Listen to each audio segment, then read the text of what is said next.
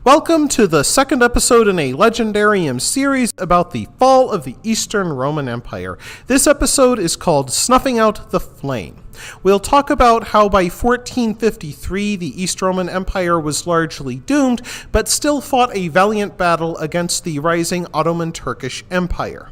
The opening battles brought some surprising victories for the Eastern Roman Empire, but the final assault by the Turks led to the death of the last emperor of Rome and the end of an empire which had survived in one form or another for 2,206 years. And not surprisingly, the final fall of the Roman Empire had far-reaching effects beyond Greece or Turkey.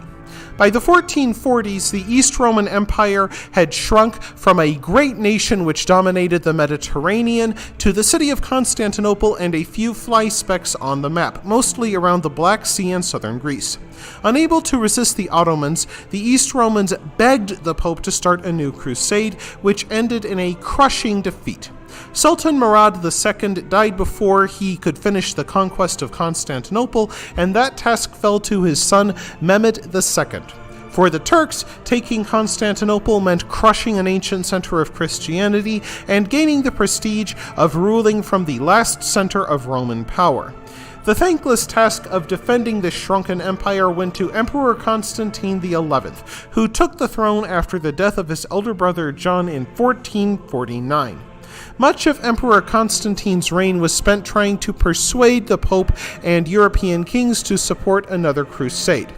The only way to ensure the Pope's help was to proclaim a union between the Roman Catholic and Eastern Orthodox churches, which also meant accepting the Pope's doctrines on purgatory and papal supremacy. Both were anathema to his devout Eastern Orthodox subjects, but desperate for help, Constantine proclaimed the union of the two churches in the Hagia Sophia on December 12, 1452. This act enraged Constantine's subjects, and it would not bring help from Rome in time to save his throne.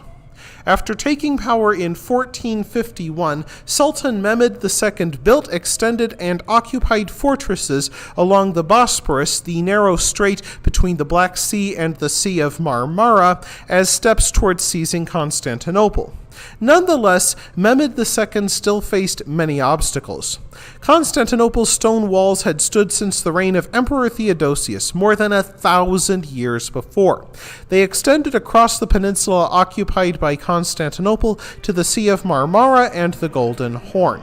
These walls encircled 12 miles and included 3 walls. First, the attackers faced a 60-foot wide and 20-foot deep ditch which could be flooded with water fed from pipes. Behind that, an outer wall stood with a patrol track, with a second wall behind that lined with regular towers, all equipped with firing platforms to rain arrows and shot down on enemy forces. Finally, a massive third wall stood 36 feet tall, 15 feet thick, and bristled with 96 projecting towers, which could hold up to 3 pieces of artillery each. Constantine also had a giant chain strung across the Golden Horn to keep Ottoman ships from getting inside the Bosporus. Yet for all these advantages, Constantinople was completely surrounded by Ottoman territory. Despite the union with the Roman Church, little help came from Catholic Europe. The Venetians only sent 2 ships and 800 men in April 1453. Genoa and the Pope promised more ships, but the Ottomans blockaded Constantinople before anyone arrived. While the Ottomans had 80,000 men outside the city walls, the East Romans only had 5,000 soldiers, not enough to man the 12 miles of triple fortifications. While the Theodosian walls had stood for 1,000 years, they never faced cannons before. A Hungarian engineer named Urban offered his services to Constantinople, but Emperor Constantine did not have enough money to buy Urban's loyalty. When Sultan Mehmed offered Urban 4 times his asking price, the Hungarian happily made cannons for the Turks. Mehmed first used them in November 1452 against a Venetian ship disobeying a ban on traffic in the Bosporus. The Turks sank the ship and captured the captain, then gave him the usual punishment for a rebellion against the Ottoman Sultan. He was disrobed, and then the Turks forced a wooden pole up his bottom and up through his mouth. If he was lucky, the captain died a couple of hours later. If he was unlucky, then he died a couple of days later, twisting and moaning. It's worth noting that a young Vlad Dracula would have lived in the Ottoman Empire during this time, would have seen the punishment, and likely brought it back home to his native country of Wallachia, where he would become known as Vlad the Impaler. By April 2nd, 1453, Sultan Mehmed had a cannon 27 feet long with a gaping mouth 3 feet wide, able to fire a cannonball over 200 pounds in weight. This cannon was so large it could only be fired 7 times a day, but the Ottomans had many smaller guns that could be fired 100 times a day. Mehmed demanded that Emperor Constantine surrender on April 5th, but he received no reply. On April 6th, the Ottoman guns blasted the Theodosian walls down one chunk at a time. The defenders could only fire back with their own smaller cannons by day, hold off the attackers where their cannons punched the biggest holes, and repair gaps each night using rocks, barrels, and anything else they could find. These piles wound up absorbing the cannon shot better than the fixed walls. On April 20th, miraculously, 3 Genoese ships sent by the Pope slipped through the Ottoman naval blockade and reached the defenders with badly needed supplies.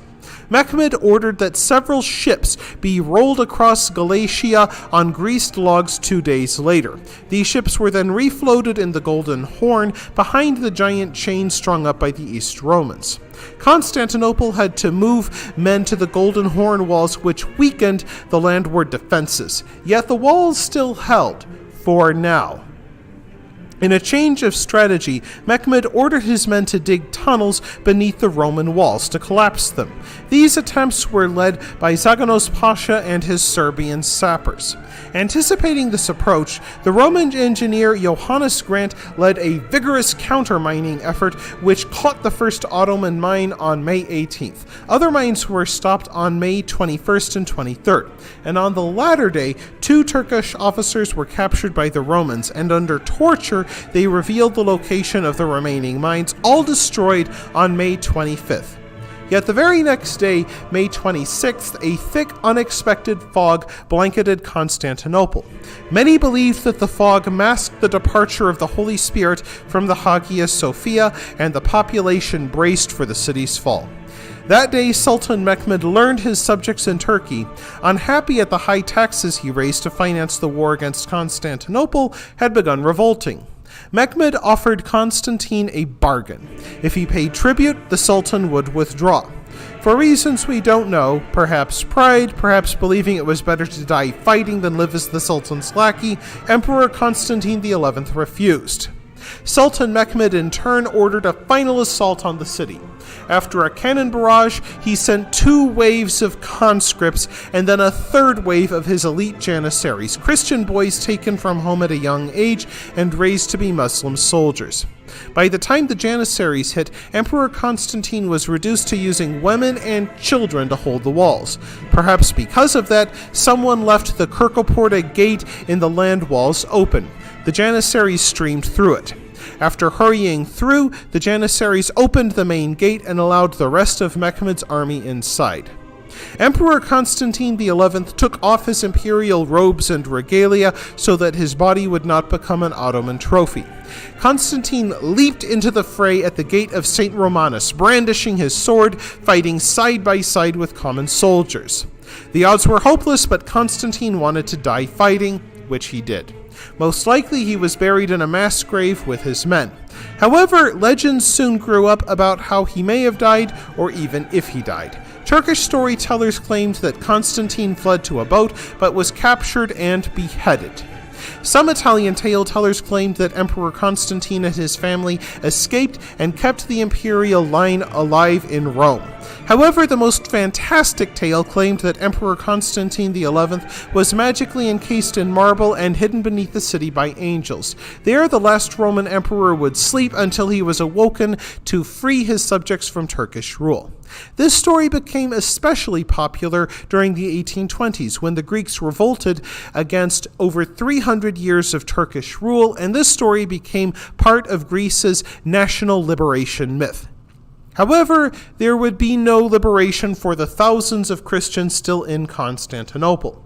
Any men still alive would either be slaughtered in their homes and churches or dragged into the streets and impaled. Women and children taken as slaves, either to row Turkish galleys or become housemaids and concubines.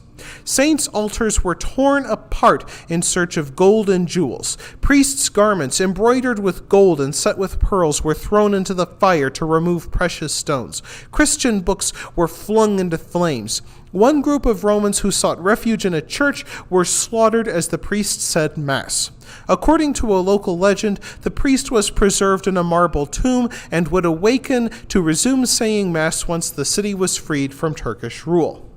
A week later, on June 2nd, 1453, Constantinople was largely deserted and half in ruins. Churches were desecrated, houses were no longer fit for human habitation, and the shops were emptied.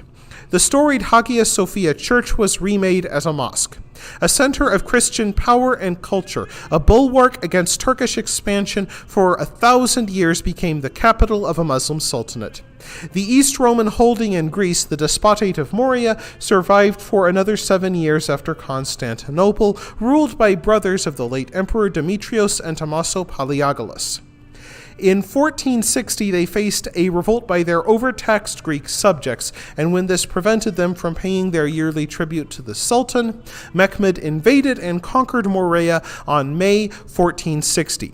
Demetrios became a Turkish prisoner, while his younger brother Tommaso went to Rome and was recognized by the Pope as the emperor in exile, but that did not restore him to power. While the Turks took most of Greece, a few rebels on the Mani Peninsula accepted the rule of Venice, which maintained a presence in Greece for centuries. The East Roman holdings on the Black Sea also held out for years by paying tribute to the Ottomans until the rulers ran short of money and tried to convince their European counterparts to start a crusade to help them against the Turks. This crusade came to nothing, and the Despotate of Trebizond was crushed in 1461. The fall of Constantinople and the end of 2,200 years of Roman power had far-reaching effects, even though the empire had shrunk to little except Greece and Turkey by the end. Greek-speaking scholars streamed into Europe, bringing ancient manuscripts with them. They helped to create the Italian Renaissance. When the Turks closed the Black Sea trade to Christian shipping, it left Europeans with no choice but to follow the lead of King Henry the Navigator of Portugal and sail southwards along the African coast in search of new markets. 40 years later, these explorations led to the first European voyages to India and the discovery of the Americas. Finally, an exiled member of the imperial royal family married into the ruling clan of Russia, and from then on, Russia would proclaim itself the Third Rome, defender of Orthodox Christianity against the Turks. And that wraps things up for this episode of The Legendarium. I hope you enjoyed it. If you like what you saw, press like. If you want to see more, press subscribe. And if you've got anything to say, please let me know in the comments section. Thanks again for joining me, and I hope that you have a great rest of the day.